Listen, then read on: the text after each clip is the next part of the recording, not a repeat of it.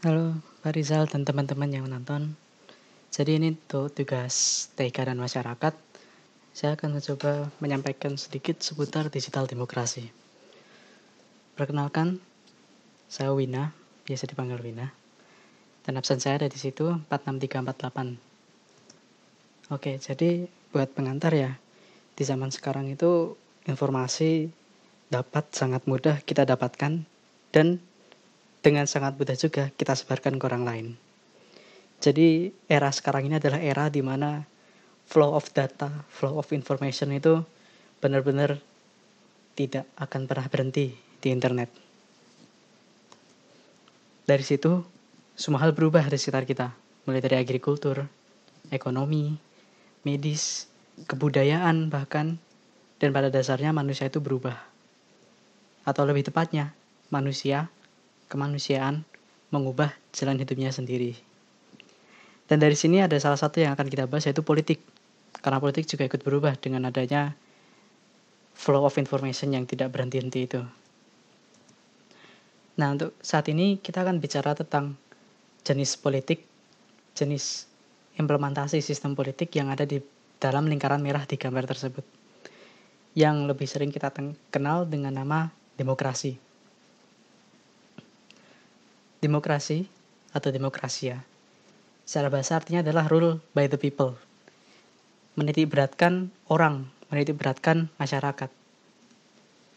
Nah, secara istilah dari Przeworski Adam 1991, demokrasi adalah sistem of processing konflik.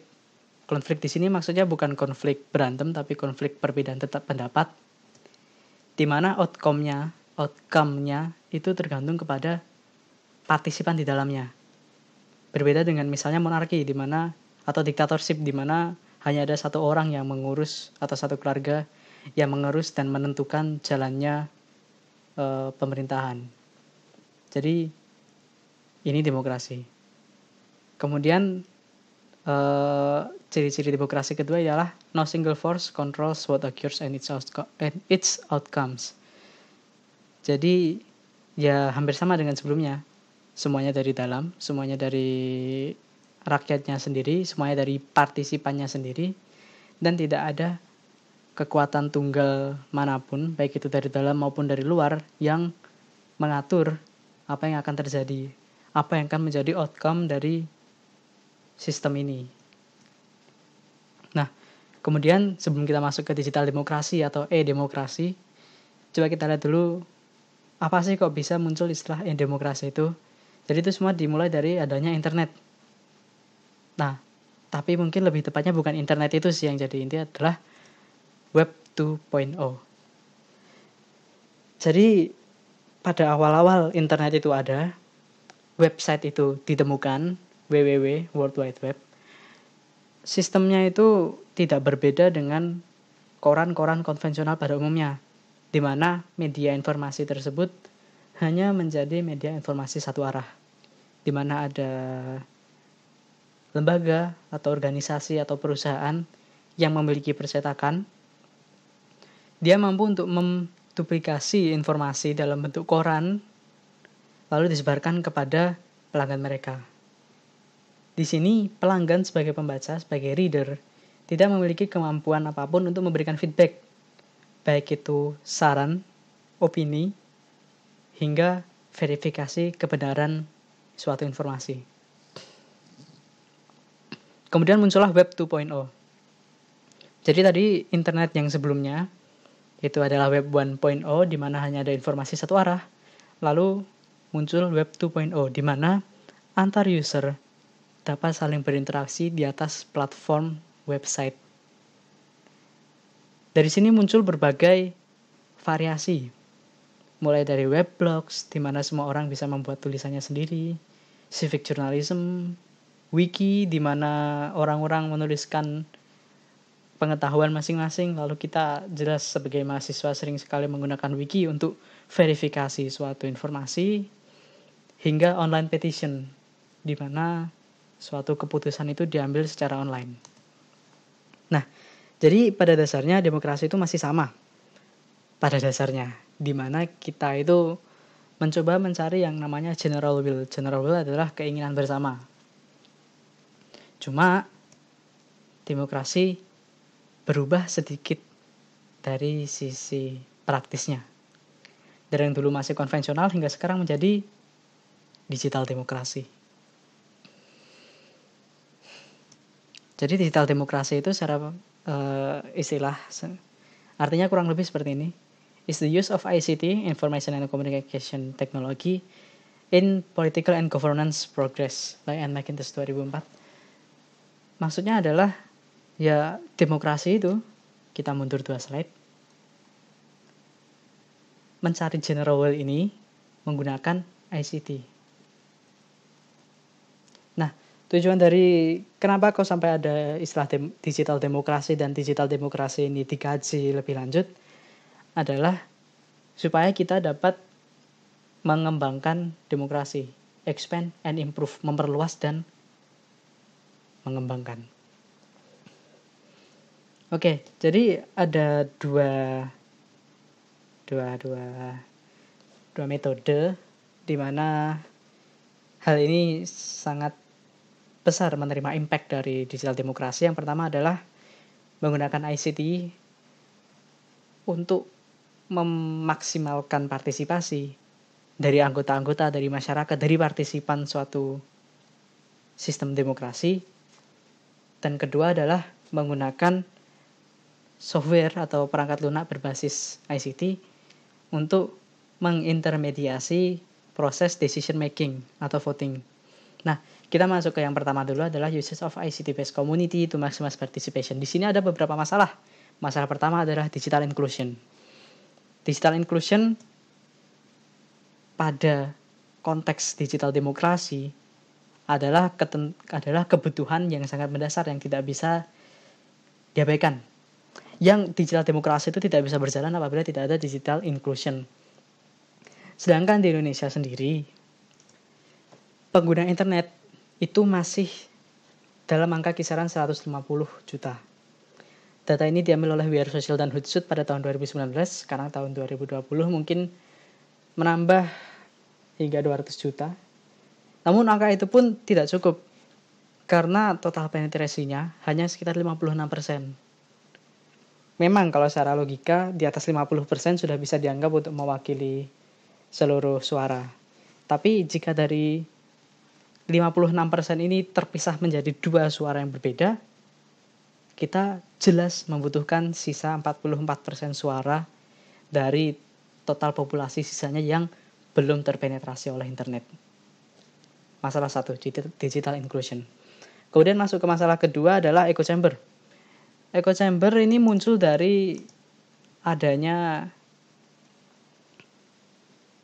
suara atau opini yang itu diulang-ulang terus-menerus sehingga terbentuk suatu kelompok di mana kelompok itu tidak bisa menerima suara dari luar. Nah, pada konteks digital demokrasi ini, di mana orang-orang bisa menggunakan sosial media atau media apapun berbasis internet untuk saling bertukar informasi, akan muncul beberapa echo chamber. Dan tergantung ada berapa echo chamber ini dan sebesar apa masing-masing echo chamber, muncul beberapa kemungkinan. Kemungkinan pertama adalah di mana satu echo chamber berukuran jauh lebih besar, sehingga jika ada orang lain yang memiliki opini berbeda, akan dianggap sebagai minoritas. Idealnya, kita perlu toleransi. Sebagai mayoritas, kita perlu mentoleransi kepada minoritas, menghargai opini mereka. Namun pada kenyataannya tidak seperti itu. Pada skenario pertama ini, suatu echo chamber yang sangat besar, terlalu radikal, terlalu keras terhadap pemikirannya sendiri, mereka akan mendiskriminasi suara minoritas. Dan secara tidak langsung ini akan mengganggu kegiatan berdemokrasi. Skenario kedua, saat muncul dua echo chamber yang sama besarnya dan saling berlawanan, makanya kita sebut sebagai extreme polarity, yang satu ada di kubu A atau kubu B, itu akan muncul environment atau lingkungan yang sangat chaotic. Lingkungan politis yang sangat chaotic, di mana kedua kubu ini tidak mau bersatu. Hingga tidak jarang perbedaan pandangan politis pada kasus ini mengganggu kehidupan manusia secara umum di negara tersebut atau di organisasi tersebut. Mulai dari kekeluargaan akan menghilang, pertemanan bisa hilang, hingga berbagai kebutuhan emosional manusia lainnya akan menjadi terpengaruh dengan adanya extreme polarity ini. Nah, itu dia 2 masalah untuk usage of ICT-based community to maximize participation. Lalu kita masuk ke topik kedua. Topik kedua adalah usage of ICT-based software to intermediate decision making. Jadi pada dasarnya kita akan bicara tentang e-voting. Dan dari e-voting ini kita akan masuk ke the lacks of competent technology dalam e-voting. Oke. Jadi ada langkah-langkah di dalam proses e-voting suatu negara. Mungkin detailnya agak berbeda-beda dari negara satu dengan negara lainnya, tapi secara kasar semuanya sama seperti ini. Mulai dari tempat masing-masing, di mana tempat itu bisa berbentuk desa atau distrik atau dusun, kecamatan, dan lain sebagainya tergantung negaranya. Warga-warga sekitar melakukan proses pemilihan, mencoblos, atau menundul layar sentuh pada hardware e-voting. Langkah pertama. Lalu langkah kedua, semua suara yang terkumpulkan di dalam satu tempat pemilihan umum itu akan ditransfer, dipindahkan atau dikirimkan apapun caranya sampai ke tempat pusat perhitungan, central counting system. Itu langkah kedua. Dan langkah ketiga, langkah terakhir adalah central counting system ini akan menghitung total hasil suara di satu negara sehingga dapat ditentukan apa hasil dari proses voting tersebut. Nah, dari 3 langkah tersebut sudah muncul 3 permasalahan pertama. Masalah pertama adalah kita tidak bisa percaya kepada software dan hardware yang terinstall di tempat pemilihan umum. Kita tidak bisa memastikan apakah hardware tersebut benar, apakah software yang terinstall itu benar atau tidak. Kalau misal kita pakai checksum atau software lain, di mana software itu dapat memastikan bahwa software yang terinstall itu sudah terverifikasi, kita sebenarnya hanya memindahkan masalah yang ada. Mulai dari kita tidak bisa mempercayai software yang terinstall, menjadi kita tidak bisa mempercayai software verifikasi tersebut. Memang mungkin ada beberapa cara, salah satunya adalah dengan menggunakan software open source di mana semua orang bisa melihatnya dan bisa memverifikasi secara langsung. Namun di sini ada beberapa masalah. Pertama, edukasi. Tidak semua orang memiliki ranah edukasi yang sama, tidak semua orang memiliki level pemahaman yang sama terhadap software. Sehingga dengan membuat software tersebut open source, belum tentu semua orang dapat menumbuhkan rasa trust terhadap software dan hardware yang terinstall. Dan pada nyatanya, hampir tidak mungkin pemerintahan kita akan memutuskan untuk menggunakan software yang open source. Seringnya mereka tetap akan menggunakan software yang closed source, tidak dapat diakses oleh orang manapun, kecuali yang tidak diizinkan, seperti itu. Masalah kedua yaitu adalah proses atau metodologi dari data transit dari tempat pemilihan umum menuju ke central counting system.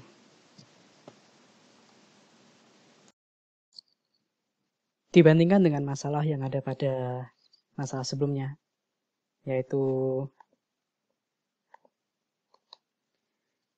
tidak bisa mempercayai software dan hardware yang terinstall di TPU, dan masalah terakhir yaitu central counting system, masalah data transit ini cenderung tidak sesignifikan 2 masalah lainnya.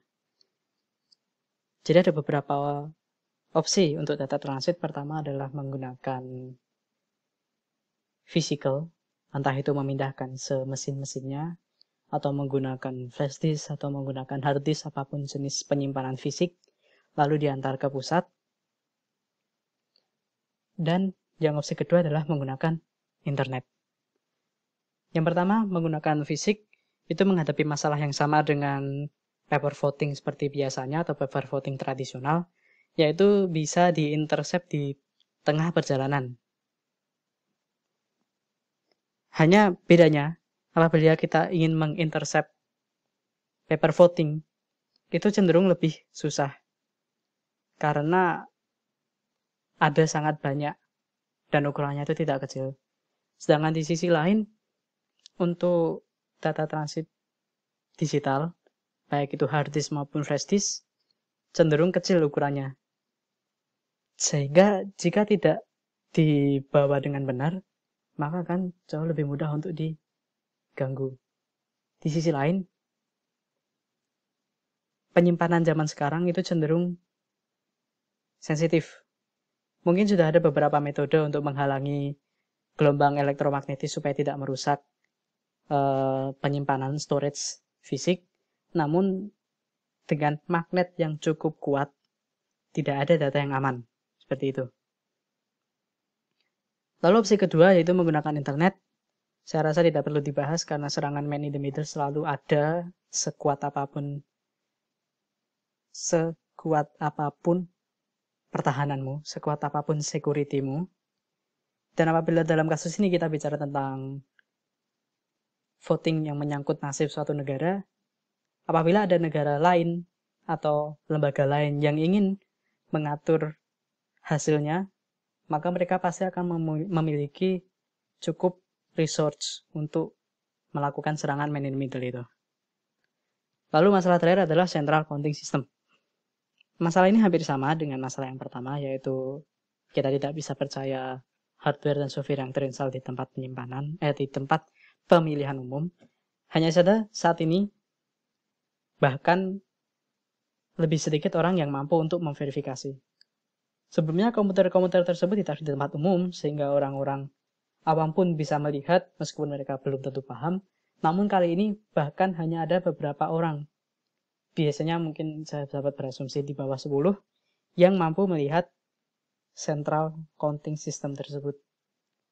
Dan dengan semakin sedikit orang, maka semakin besar kemungkinan orang-orang yang hadir di tempat itu lalai bahwa sebenarnya software dan hardware-nya sudah di-intercept. Seperti itu. Jadi, mungkin langsung saja. Saya masih percaya bahwa paper voting itu masih lebih bagus daripada e-voting karena satu hal, yaitu scaling. Maksudnya apa? Apabila kita mau mengubah beberapa sum dari hasil kertas itu, mungkin mudah dan bisa. Salah satu contohnya ini, granny farming. Granny farming adalah, mungkin di Indonesia ini nggak ada ya, karena panti jompo di Indonesia masih jarang. Kalau di luar negeri, lebih tepatnya Amerika, istilah granny farming ini adalah suatu skenario atau mungkin metode di mana orang-orang yang ingin mengubah hasil voting itu mereka keliling ke panti jompo, lalu mereka menyerang secara tidak langsung orang-orang tua yang ada di situ untuk menandatangani semacam surat pernyataan bahwa mereka mengizinkan orang lain untuk mengisikan suara mereka. Ini mungkin bekerja, atau mungkin lebih tepatnya ini pasti bekerja karena ya sampai ada istilahnya seperti itu. Namun scalingnya tidak bagus dan hasilnya pun belum tentu banyak. Misal kita keliling ke 500 panti jompo lalu mendapatkan masing-masing panti jompo 100 orang, kita memiliki 5.000 suara. Itu masih sangat kurang, 5.000. Dan jika kita ingin mencoba untuk meng-scalingnya lebih lanjut, misal kita sebenarnya hanya 500 panti jompo, kita ingin mengunjungi 5.000 panti jompo supaya dapat 5.000 suara, kita akan lebih mudah untuk ketahuan atau busted. Seperti itu. Di sisi lain, e-voting ini cenderung mudah untuk di-hijack.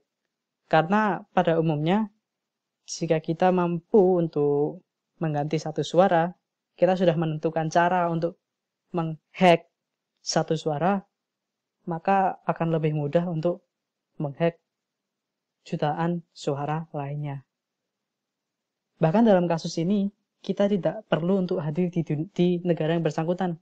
Bedanya dengan paper voting, jika kita ingin mengintercept, maka kita harus hadir secara fisik atau apapun caranya, namun harus ada tangan fisik yang bekerja di sana. Di sisi lain, hijacking e-voting ini, kita bahkan dapat melakukannya dari tempat yang sangat jauh. Seperti itu. Mungkin sebenarnya ada beberapa cara, ada beberapa opsi. Ada satu yang lupa saya tuliskan di sini adalah dengan membagikan ke dalam jaringan-jaringan tersendiri, yaitu di mana anggaplah setiap 50 ke setiap 60, setiap 5 provinsi itu memiliki satu central counting system yang berbeda dengan 5 provinsi lainnya. Dengan cara ini mungkin kita bisa menghindari serangan e-voting di mana ada orang yang menghack satu suara bisa menghack suara yang lain. Karena misal kita menggunakan counting system atau kita menggunakan metode encryption, decryption, hashing, dan lain sebagainya yang berbeda dari 5 provinsi satu dengan 5 provinsi lainnya, maka orang yang ingin menghack itu harus memiliki resource yang cukup untuk menghack sekian cluster, anggap saja cluster yang ada di dalam satu negara. Hal itu mungkin bisa dilakukan. Lalu yang jadi pertanyaan adalah apakah negara yang bersangkutan, dalam kasus ini Indonesia, memiliki kemampuan untuk melakukan hal tersebut.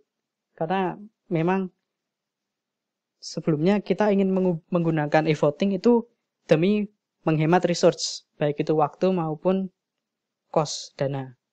Di saat research untuk membuat suatu sistem e-voting ini melampaui apabila kita menggunakan paper voting dalam skala besar, mungkin perlu kita pertimbangkan lagi apakah memang perlu dilakukan research tersebut atau tidak. Nah, ada solusi lain. Jadi tadi itu solusi pertama. Solusi selanjutnya adalah dengan menggunakan Voter Verified Paper Audit Trail, VVPAT. Nah, VVPAT ini merupakan kertas semacam struk atau nota yang di-print. Ya, mirip dengan kita setelah berbelanja di Indo April. Kertas tersebut berisikan tentang informasi kita sebagai pengisi dan informasi apa yang kita pilih, baik itu calonnya, baik itu partainya. Nah, di sini muncul suatu masalah. Apabila ada kertas yang menunjukkan informasi bahwa si X, di mana si X itu kita atau orang lain selain kita yang memilih orang tertentu dan partai tertentu, maka hilang sudah salah satu syarat utama dari election, yaitu anonimitas. Mungkin sedikit intermezzo. Kenapa kok anonimitas ini sangat penting ya? Jadi orang lain tidak boleh tahu apa yang dipilih oleh orang lain. Idealnya seperti itu. Meskipun secara praktek akhirnya banyak orang yang terang-terangan bilang dia milih X dan benci yang milih Y. Cuma idealnya demokrasi itu seperti itu. Supaya apa? Supaya tidak ada orang yang bisa mempengaruhi pilihan orang lain. Baik itu sebelum, saat, dan sesudah melakukan proses pemilihan. Maksudnya sebelum itu contohnya seperti ini. Sebelum dia memilih, itu yang paling fatal. Sebelum dia memilih, dia aslinya ingin memilih A, lalu dia dipengaruhi baik itu dengan cara baik maupun ancaman, dia berubah menjadi memilih B. Dan saat memilih, jika ketahuan, dia misal memilih B di suatu daerah di mana semua orang memilih A, dia bisa dibenci. Dan setelahnya, keselamatannya bisa menjadi korban. Itulah kenapa anonimitas itu penting. Lalu ada cara lain, menggunakan VVPAT atau Voter Verified Paper Audit Trail, di mana yang di print itu hanyalah kode hash-nya. Nah, di sini juga muncul suatu masalah, yaitu hilangnya trust. Karena tidak semua orang bisa mempercayai hash ini seperti apa. Perlu edukasi yang sangat dalam. Makanya untuk saat ini mungkin VVPIT ini masih termasuk mencacati demokrasi. Belum lagi, semisal kita berhasil menggunakan audit ini ya, saat ada proses e-voting, kita melakukan audit, lalu ternyata muncul ketidaksamaan. Ini saya juga ingin menanggapi tentang masukan dari Bapak Rizal, di mana ada metode orang-orang itu bisa melakukan voting digital di internet secara cepat, baik itu dari Twitter maupun Facebook, untuk melihat apakah ada perbedaan signifikan antara A dan B. Semisal, ternyata orang-orang di Twitter memilih lebih banyak yang A, lalu hasil dari election yang formal itu ternyata B, data tersebut dapat dijadikan patokan hukum apabila ingin